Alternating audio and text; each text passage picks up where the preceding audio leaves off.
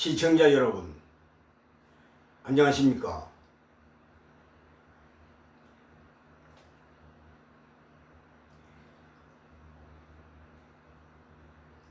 오늘의 인트로덕션입니다. 신약성경 누가복음 13장 3절 5절 말씀입니다.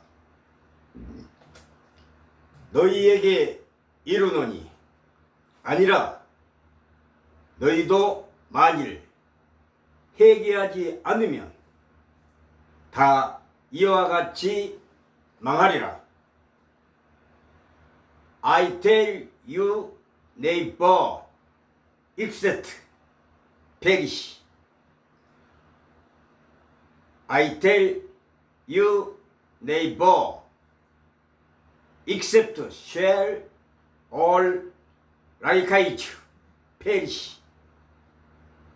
누가복음 13장 3절 5절에 기록되어 있는 말씀입니다.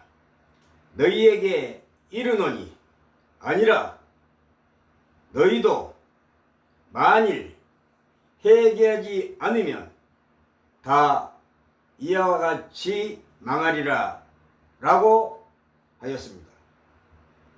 I tell you neighbor except shall all likewise perish.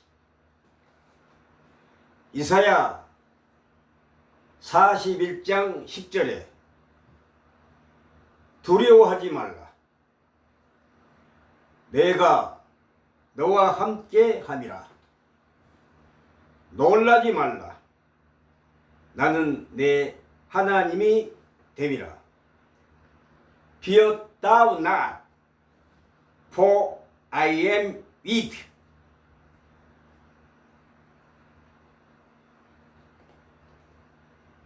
Fear thou not, for I am with. Be not dismayed, for I am thy God. 두려워하지 말라. 내가 너와 함께 함이라. 놀라지 말라. 나는 내 하나님이 됨이라. Fear thou not, for I am with thee. Be not dismayed, for I am thy God. 두려워하지 말라. 내가 너와 함께 함이라. 놀라지 말라. 나는 내 하나님이 되리라. 할렐루야멘. 구약성경 예레미야 33장 3절. 너는 내게 부르짖으라. 내가 내게 응답하겠고 내가 알지 못하는 크고 은밀한 일을 내게 보이리라. 할렐루야며. Call unto me and I will answer thee great and my sin which knowest not. 너는 내게 부르짖으라. 내가 내게 응답하겠고 내가 알지 못하는 크고 은밀한 일을 내게 보이리라. 시청자 여러분, 아침 저녁으로는 날씨가 제법 서늘해졌습니다. 이제는 가을이 오는가 봅니다. 여러분, 항상 건강에 주의하시고 오늘도 여러분 행복하시기를 예수님의 이름으로 축원합니다. 오늘의 인트로덕션입니다. 11조에 대해서 알아보겠습니다. 여러분, 11조가 지금 현대 교회에서도 유효한가? 오늘은 11조의 본질에 대해서 여러분들에게 말씀을 전해드리겠습니다. 11조의 본질에 대해서 말씀을 드리겠습니다. 여러분, 현대 교회 시대 11조가 과연 성경적인가? 하나님은 성경을 떠난 모든 행위는 하나도 인정하시지 않습니다.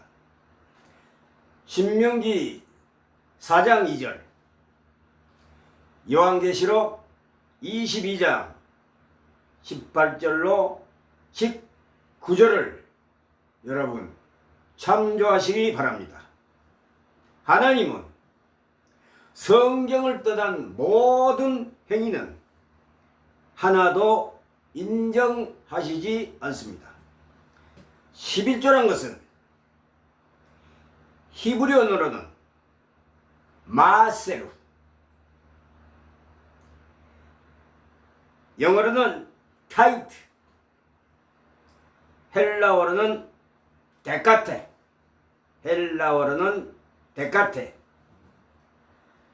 11조의 법은 성전과 제사장 제도가 존재했던 구약 시대에만 필요했던 하나님의 명령이요 율법이었습니다. 율법은 히브리어로 토라라고 합니다. 그래서 11조의 법은 성전과 제사제도, 제사장 제도가 존재했던 구약 시대에만 필요했던 하나님의 명령이요 율법이었습니다. 구약 시대 이스라엘은 레위 지파라는 특수한 지파가 있었습니다. 그들은 제사 임무를 위해서 따로 구별된 지파이고 그들에게는 먹고 살 땅이 없었습니다. 그래서 나머지 11지파가 분배받은 땅에서 소출로 10분의 1을 거둬서 그들에게 준 것입니다. 이것이 11조 법의 기본 근거입니다. 그런데 신약 시대에 들어와서 AD 70년 이후 예루살렘 성전이 완전히 파괴 무너지고 모든 백성들이 풍지 박살난 후에는 어떻게 되었을까? 라는 것이 문제입니다.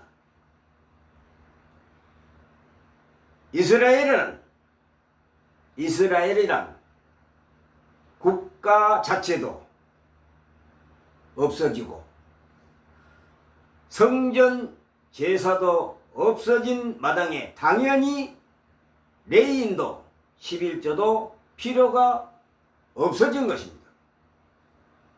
다시 말하면 11조는 그것을 거두어 나눠줄 대상이 있을 때 필요했던 한시적 율법이라는 말입니다. 물론 11조 정신에는 고아와 가부들, 가난한 자들을 위한 나눔의 정신도 들어있습니다.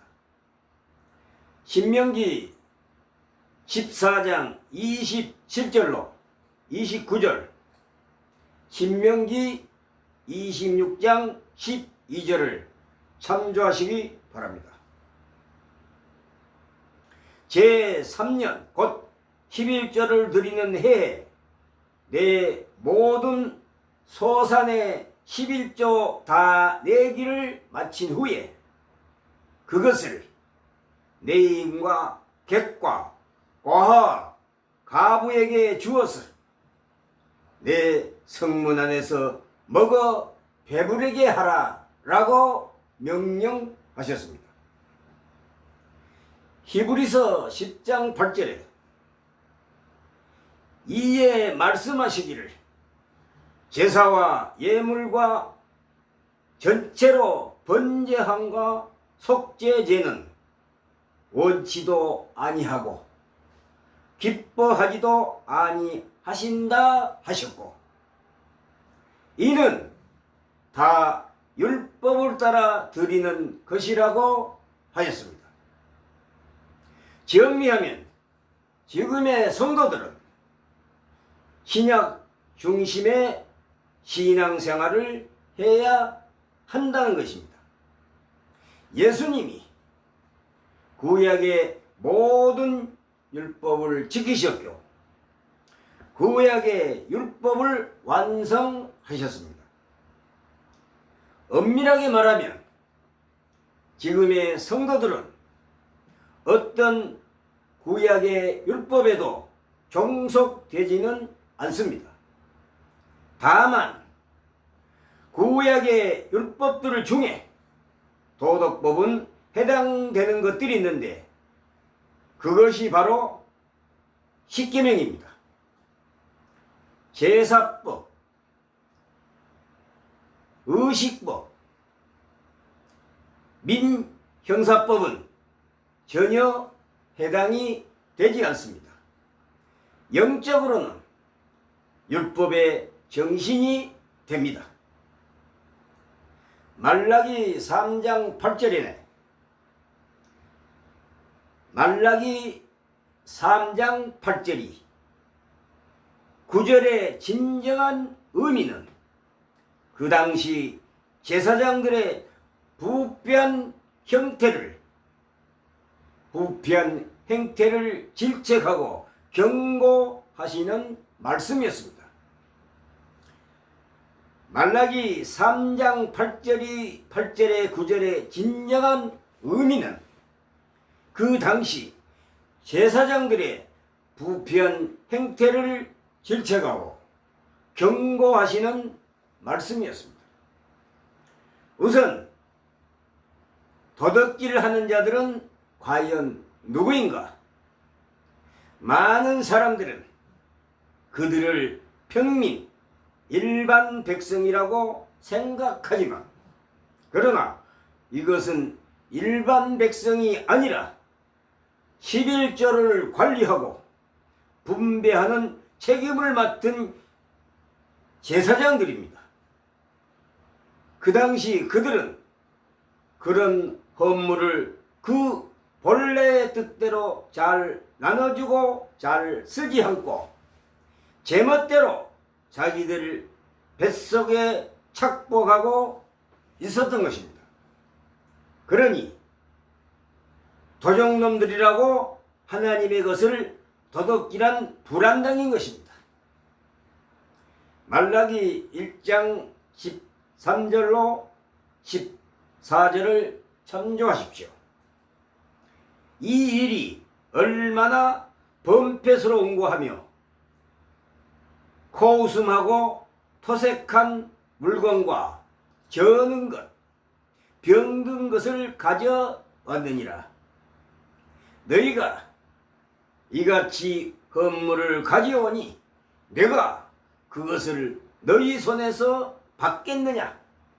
나 여호와의 말이니라 라고 말씀하셨습니다. 시청자 여러분, 그리고 성도 여러분, 불법한 제사장에 대해 경고는 2장 1절로 2절했습니다. 말라기 2장 1절로 2절을 참고하여 주시기 바랍니다. 너희 제사장들아, 이제 너희에게 이같이 명령하노라.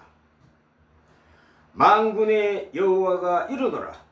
너희가 만일 듣지 아니하며 마음에 드지 아니하며 내 이름을 영화롭게 하지 아니하면, 말라기 3장 7절로 10절에 11조 도둑은 과연 누구인가? 말라기 2장 1절로 3절 말씀처럼 성전의 제사 임무를 집리하는 제사장에 대한 저주의 경고입니다.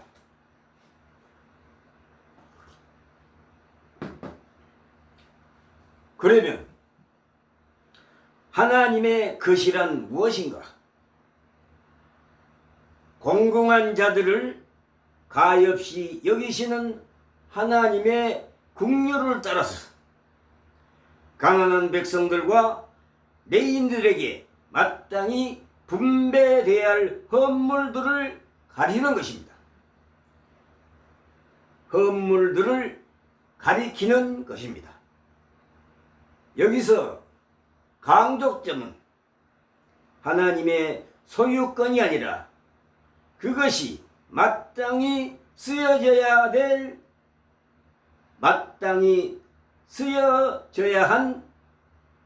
쓰여져야만 한다는데, 즉 올바른 사용을 강조하려고 하나님의 것이라고 하는 것이지. 쉽게 풀어보면 그것들은 도적놈들, 너희가 마음대로 먹어치워도 좋은 너희들 것이 아니라 불쌍한 사람들에게 나눠줄 바로 내 것이니라 라는 뜻입니다. 그러므로 이 구절을 잘 생각해 보면 하나님의 것이란 11조 그 자체가 아니고, 하나님의 것이란 11조 그 자체가 아니고, 이 구절은 하나님께서 11조를 하나님 자신의 것이라고 하셨다는 주장은 설득력이 없는 것입니다. 여러분, 성경은 말합니다. 야고보서 4장 17절에 선을 행할 줄 알면서도 행치 않는 것이 죄인이라고 하였습니다. 선을 행할 줄 알면서도 행치 않는 것이 성경은 죄라고 하였습니다. 야고보서 4장 17절. 선이란 것은 무엇인가? 영어로는 good, 헬라어로 칼론이라고 하는데, 공정하고 인간의 가치 있는 행위를 의미합니다. 이웃에게 봉사하고 베푸는 일입니다. 즉 남에게 주고 사는 삶을 말합니다. 성경은 믿음으로 쫓아하지 않는 모든 일이 죄라고 하였습니다. 선한 행위도 예수님의 이름으로 믿음으로 하는 것이 의로운 행위인 것입니다. 선을 행하고 하나님께 그 대가를 바라서도 안 됩니다. 하나님은 결코 흥정의 대상도 그 어떤 대가를 결코 바라서는 안 됩니다. 하나님은 어느 누구의 흥정의 대상도 그 어떤 대가를 결코 하나님께 바라서는 안 된다는 것입니다. 무슨 말인가? 하나님은 인간의 흥정의 대상이 될 수 없습니다.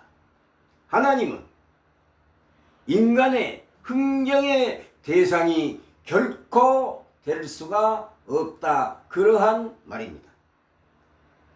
절대로 거래란 있을 수가 없습니다. 오직 하나님 말씀에 순종하고 복종할 따름입니다. 믿는 성도들은, 기독교인들은 하나님이 하신 말씀에 순종하고 그분의 말씀에 복종할 뿐입니다. 여러분, 이 말씀을 이해하시기 바랍니다. 하나님은 인간의 결코 흥정의 대상이 될 수 없음을 여러분 명심하시기 바랍니다.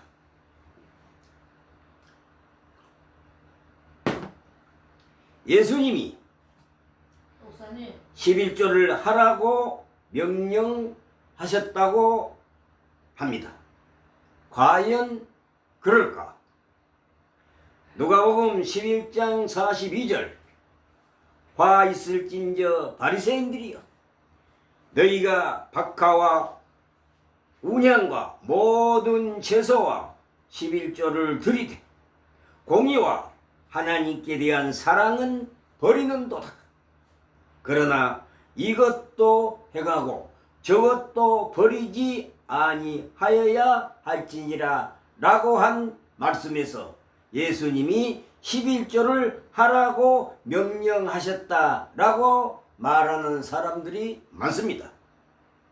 누가복음 11장 42절, 마태복음 23장 23절, 여기서 논란이 되는 것은 이것도 행하고 저것도 버리지 말라고 하신 것입니다. 목사님, 여러 사람들은 여기 이 구절을 가지고 11조 하라고 했지 않느냐고 따집니다. 여러 사람들은 여기 이 구절만을 가지고 11조 하라고 했지 않느냐고 따집니다. 이 구절을 가지고 우리 역시 지금도 11조를 드려야 한다는 주장인데, 여러분, 과연 그렇을까요? 과연 그렇습니까? 여기서도 우리가 먼저 알아야 할 것은 예수님의 말씀도 그 당시 시대적인 조건을 염두에 두고 해석해야 한다는 것입니다. 사실 이것은 예수님께서 바리새인들의 형식적인 종교 생활을 책망하기에 여러 가지 애곡된 신앙 행위들 중에서 특별히 11조를 한 예로 드신 것 뿐입니다. 결코 11조를 잘 하라는 뜻으로 하신 말씀이 아닙니다. 그러면 이것도 행하고 저것도 행하라고 하신 말씀은 어떻게 해석해야 할까? 예수님께서 이 구절의 말씀을 연구하신 때는 구약의 무대가 아직은 막을 내리지 않고, 예수님께서 이 구절의 말씀을 언급하신 때는 구약의 무대가 아직은 막을 내리지 않고 구약적으로 성전 제사와 제사장 직분도 내인도 존재하고 있던 때입니다. 이 당시에는 아직까지도 성전과 제단이 존재했었습니다. 당연히 성전에서 일을 맡아 있던 레인도 있었고, 또한 다른 문맥을 보면 예수님도 제단과 성전을 인정하고 있는 것을 볼 수 있습니다. 이런 상황에서 아직은 11조가 필요한 것은 너무나 당연한 일이었습니다. 즉, 이건 역시 그 시대에 극한된 말씀이라는 뜻입니다. 만일 예수님의 말씀이기 때문에 무조건 시대를 초월하여 지켜야 한다면, 예수님이 할례를 받았으니 우리도 할례를 받아야 하고, 예수님이 성전세를 내셨으니 성전이 없는 지금도 성전 세금을 내야 할 것이며, 그리고 예수께서 안식일에 해당 정한 모임에서 예배를 드렸으니 우리도 안식일인 토요일에 예배를 드려야 옳지 않을까. 예수 그리스도 십자가와 부활 이후, 신약 시대 이후에는 11조라는 말이 더 이상 나오지 않는 이유는, 11조는 성전 체제와 제사 제도에 종속된 것이기 때문에 그런 제사 제도와 성전이 필요 없게 된 이후에는 아무런 의미가 없기 때문입니다. 11조가 율법 이전에도 이미 있었습니다. 아브라함이 멜기세덱에게 준 것은 그저 당시의 일반적인 간섭에 따른 것이지 다른 이유는 없습니다. 더 이상 아브라함이 11조를 드렸다는 기록은 구약 성경에 찾아볼 수가 없습니다. 그러므로 아브라함의 행위는 단순히 감사한 마음에서 고대의 관습을 따라 10분의 1을 주었던 단회적인 사건으로 이해하는 것이 합당합니다. 창세기 28장 20절로 22절에 야곱은 결국 아브람과 야곱의 행위에서 11조 기원을 찾는 것은 억지일 뿐이며 절대 성경적이지 않습니다. 오직 11조는 땅의 소출과 가축에만 한정되어 있었습니다. 시청자 여러분, 그리고 성도 여러분, 구약의 11조는 땅의 소출과 가축에만 한정하고 있었습니다. 레위기 27장 30절로 34절, 신명기 12장 5절로 12절, 예레미야 33장 13절, 에스겔 20장 37절, 민수기 18장 26절로 29절, 신명기 12장 4절로 19절 등등 여러 곳에서 11조에 관한 말씀이 기록되어 있으니 여러분 꼭 참고하시기 바랍니다. 11조 내용물은 반드시 밭의 소출과 가축만으로 한정되었습니다. 레위기 27장 30절, 신명기 12장 17절, 14절로 23절, 느헤미야 13장 5절, 12절을 각각 참고하시기 바랍니다. 시청자 여러분, 그리고 성도 여러분, 성전이 너무 멀 때는 그 성전이 있는 것이 거리가 멀 때는 그것들을 일단 돈으로 바꿨다가 성전에 가서 다시 음식물로 바꾸어 11조를 드렸습니다. 이 말씀은 신명기 14장 24절로 26절을 참고하시기 바랍니다. 그래서 11조는 당연히 먹거리를 생산해내는 농민과 목축업주들만이 한정된다고 하나님께서 분명히 말씀을 하셨던 것입니다. 그리하여 11조는 당연히 먹거리를 생산해내는 농민들과 목축업주들만이 목축 업자들만이 한정된다고 여호와 하나님께서 분명히 명령하셨던 것입니다. 그래서 그 외에 다른 직업인들은 11조가 면제되었던 것입니다. 목수였던 예수님이나 어부였던 제자들에게도 이 11조는 그들에게 전혀 해당되지 않았던 것입니다. 목수일을 하셨던 예수님이나 어부였던 제자들에게도 이 11조는 그들에게 전혀 해당되지 않았던 것입니다. 그러나 성전세는 11조와는 달리 모든 백성이 납부 의무가 있었기 때문에 당시 통용되는 돈으로 예수님과 제자들은 납부하셨던 것입니다. 출애굽기 30장 12절로 15절을 여러분 참고하시기 바랍니다. 신약성경 마태복음 17장 27절 11조는 구약시대 예루살렘 성전에서 봉사하는 레위족인 제사장들의 생계수단이었기 때문에 그 당시에 꼭 필요했던 것입니다.